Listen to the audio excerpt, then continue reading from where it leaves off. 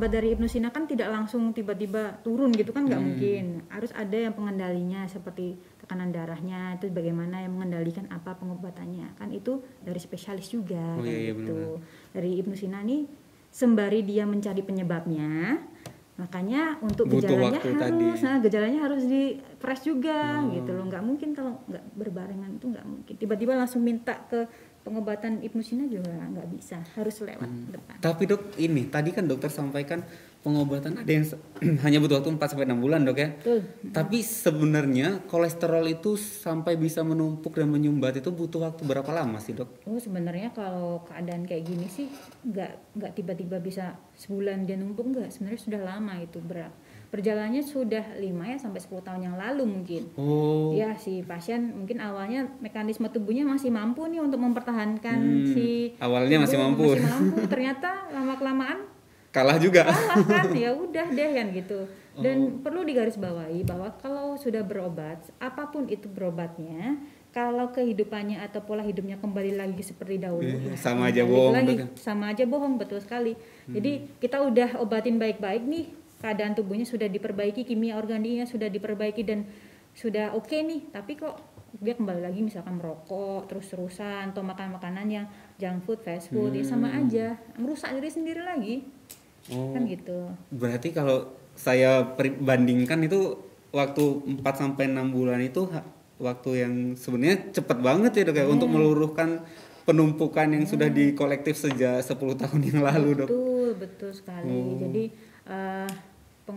sebenarnya untuk lama dan tidaknya kan itu tergantung dari keadaan si pasien ya. Mungkin si pasien keadaannya juga penyumbatannya tidak terlalu parah, bisa lebih cepat dari itu. Kita kembali lagi dicek lagi labnya bagaimana, rekam jantungnya bagaimana, itu perlu. Kalau untuk selama masa pengobatan dengan Ibnu Sina ini dok, apakah ada pantangan-pantangan khususnya dok? Selain dari menjaga untuk mengurangi kolesterol, asupan kolesterol gorengan kayak tadi dok ya. Selain itu ada yang lain nggak dok? Kalau untuk tips dari Ibnu Sina sendiri ya, untuk menjaga jantung agar lebih baik lagi, nggak untuk si pasien aja sih ya, tapi untuk seluruhnya ini, seluruh Indonesia ini, seluruh masyarakat ini, biar mencegah juga, mencegah juga, itu ada beberapa tips makan makanan ya, makanan mungkin beberapa makanan. Oke, langsung aja lanjut ya. Nah, beberapa makanan yang disarankan oleh Ibnu Sina misalkan seperti konsumsi tomat 4-6 kali sehari, itu juga bagus untuk kesehatan jantung. Kemudian konsumsi oat ya, tahu ya oat ya. Oatmeal itu juga bagus sehari 3 kali dikonsumsi untuk menjaga kesehatan jantung. Buah-buahan juga ada, misalkan seperti apel atau pir, itu juga bagus sehari 2 kali. Terus kemudian kalau untuk minyak bisa diganti dengan olive oil sih memang ya. Itu memang bagus ya kandungannya, bisa dipakai untuk atau dikonsumsi juga nggak apa-apa, 3 sendok teh ya boleh. Terus kemudian kacang-kacangan seperti almond juga boleh dikonsumsi. Kemudian kalau minum-minuman mungkin kayak teh itu bisa teh chamomile itu bagus, saffron juga bisa. Itu kalau menurut dari Ibnu Sina gitu, itu boleh dikonsumsi untuk menjaga jantung lebih bagus lagi gitu, lebih ya nggak cuma untuk yang sakit tapi yang sehat juga bagus dikonsumsi. Berarti untuk pola makannya nanti juga akan diedukasi saat konsul di CMI dok ya? Jadi nanti ada gizi yang misalkan ternyata gizinya ini kurang, ternyata gizinya berlebih, nanti ada hitungannya. Benar-benar komprehensif banget. Betul ya dok, nggak cuma jantungnya aja. Betul sekali gitu. Ini deh dok, pertanyaan terakhir. Kan setahu saya yang kena penyakit jantung itu nggak cuma orang tua ya dok ya? Betul. Apakah ada perbedaan untuk harapan sembuh orang yang sudah tua dengan orang yang terkena jantung saat muda, dan efektivitas pengobatan CMI selama itu seberapa efektif dok? Jadi untuk perbedaannya itu kembali lagi ke kebiasaan sih ya. Kalau pasien dengan usia yang sudah tua, di atas usia 50 tahun, mungkin asupan nutrisi dan regenerasi selnya juga tidak sebaik yang muda. Betul. Jadi lebih cepat memang untuk yang lebih muda. Yang muda itu pengobatan bisa mungkin lebih di bawah 4 bulan juga bisa. Karena kan memang regenerasi selnya juga bagus, asupan nutrisinya juga masih mau, dia masih semangat gitu ya.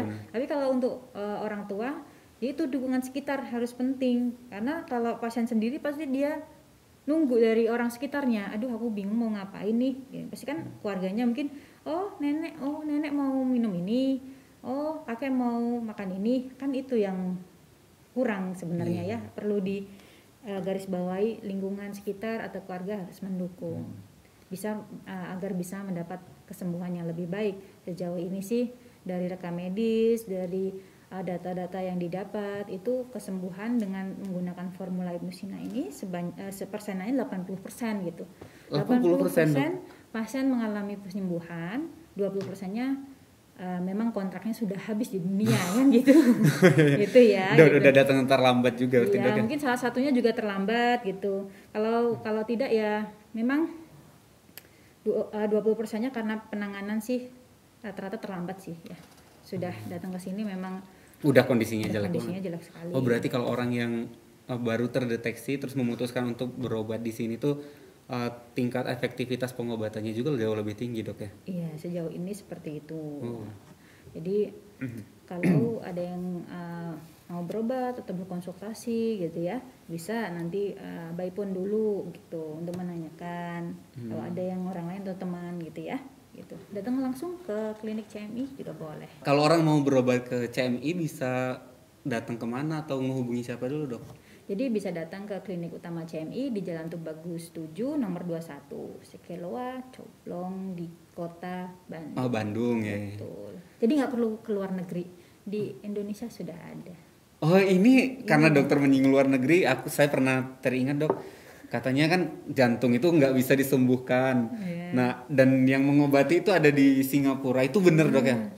Ya sebenarnya gimana? Itu kembali lagi ke ilmu ya gitu. Sebenarnya di Singapura juga mereka menggabungkan dua keilmuan gitu. Tidak hanya satu saja gitu keilmuan. Mereka sangat terbuka dengan keilmuan-keilmuan yang memang dapat menyembuhkan pasien gitu. Nah di sini ada, di Indonesia sudah ada gitu. Nggak salah satunya berarti ya di CMI gitu. Oh, keren. Terima kasih banyak ya, Dok. Nanti saya bakal merekomendasikan untuk yang membutuhkan untuk betul. Datang ke sini. Ternyata CMI bagus banget setelah tahu dari dokter. Iya, terima kasih ya. Terima kasih atas waktunya, dokter. Saya juga ini lagi ditunggu pasien. Ya. Pergi dulu. Baik, terima kasih banyak, dokter.